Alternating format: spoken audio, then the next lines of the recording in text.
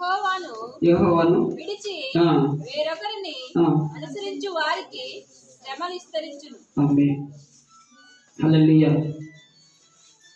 ఆ ద్వితీయోపదేశ కాండంలో అట్లా దేవుని యొక్క వాక్యము ప్రత్యక్షంగా మనం వాక్యం చదివింది కూడా ఇలాగే. హల్లెలూయా. యెహోవాని విడిచి ఏరే వాక్యాన్ని మనం అనుసరిస్తే శ్రమలు. హల్లెలూయా.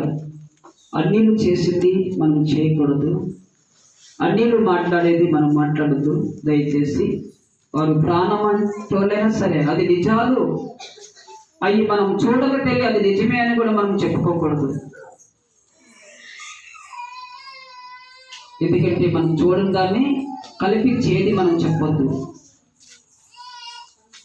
ఎంత నిష్ఠగా, ఎంత మౌనంగా, ఎంత వినయం ఉంటే అంత కృప మన మీద దేవుడు విస్తరింపజేస్తాంటాడు. అన్నిలాగా మనం ఎక్కడ పడితే అక్కడికి పరిగెత్తద్దు, అన్నిలాగా ఏది వాళ్ళు చేసినట్టుగా మనం ఏది చేయకూడదు.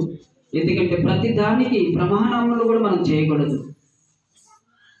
ఎక్కువ తిండిబొత్తులు, తాగుబొత్తులు వాళ్ళ యొక్క సహవాసం కూడా చేయకూడదని దేవుని యొక్క వాక్యం చదివిస్తుంది. దయచేసి ఈ ఆజ్ఞ మనకి ఇస్తున్నాడు కనుక, ఈ ఆజ్ఞ మనం వింటున్నాం కనుక ఈరోజు మనం వాటిని అనుసరించొద్దు. అనుసరిస్తే ఆయన కోపం వస్తుందని దేవుడి యొక్క వాక్యం. దయచేసి మేము అందరం కలిసి దేవునికి ఇష్టముగా ఉందాం, ఒప్పుకుందాం. ప్రభువా, మేము ఈ లోకంలో ఉన్నాం కనుక ఎక్కడో ఒక్కడ పడిపోతున్నాం.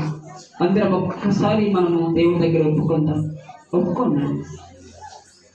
మన అనాలోచనతో చేసిన ప్రతి పాపమును విడిచిపెడతాం. స్త్రీలైన పురుషులైన దైవికంగా ప్రభునామంలో మనం ఆరాధిద్దాం. నువ్వు ఈరోజు నీకు బాధగా అనిపిస్తుందేమో, నీ హృదయంలో మెరమెరలాడుతుందేమో ఈ మాటలు అంటుంటే. నీ కుమారుడు కుమార్తె తప్పు చేసినప్పుడు నువ్వు ఎట్లా గద్దిస్తావో, నీ దేవుడు శావుకులో నుంచి కొన్ని విషయాలు గద్దింపుతో ఈరోజు మన దేవుడు గద్దిస్తున్నాడని. మీరు ఏమాత్రము కొంచెమైనా కానీ ఈ భేదము కల్పించద్దు. నా కోసమే దేవుడు మాట్లాడుతున్నాడు. అయినా నేను మీతో మీకు మాకు శత్రువులు కాదు కదా, మీ బావు కోసము దేవుడు శావుకులు నిలబెట్టుకొని మాట్లాడుతున్నాడంటే ఈ మాటల్లో మరి మీరు సందేహించండి. స్తుతించుదాం ఒకసారి.